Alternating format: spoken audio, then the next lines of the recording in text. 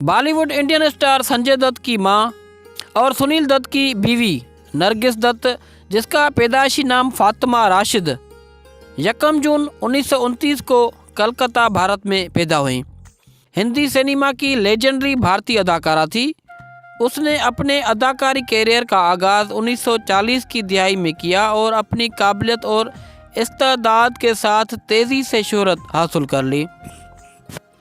नरगिस बॉलीवुड के सुनहरी दौर में मुतअद्दिद कामयाब फिल्मों में नज़र आईं।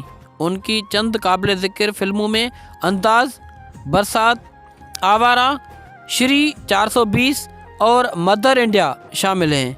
मदर इंडिया में राधा के किरदार ने उनकी तनकीदी तारीफ़ हासिल की और हिंदुस्तानी सिनेमा की बेहतरीन अदाकाराओं में से एक के तौर पर उनकी हैसियत को मुस्तहकम किया। नरगिस स्क्रीन पर जज्बात की एक वसी रेंज को पहुंचाने की सलाहियत और अपने कुदरती अदाकारी के अंदाज के लिए जानी जाती थीं। ऑफ स्क्रीन वो उसके फजल, वक़ार और उसके हुनर से वाबस्तगी के लिए सराहा गया। सिनेमा में अपनी शराकत के अलावा नरगिस समाजी और इंसानी कामों में भी शामिल थी। उनकी शादी अदाकार और सियासतदान सुनील दत्त से हुई थी, जिनसे अदाकार संजय दत्त समेत उनके 3 बच्चे थे।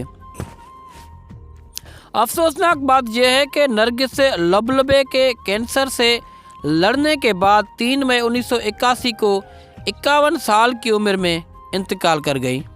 उसकी बेवक्त मौत के बावजूद उसकी मीरास हिंदुस्तान और दुनिया भर में अदाकारों और फिल्मसाजों की नस्लों को मुतासर करती है। दोस्तों, इस तरह की मज़ीद वीडियोज़ के लिए हमारे चैनल को ज़रूर सब्सक्राइब करें।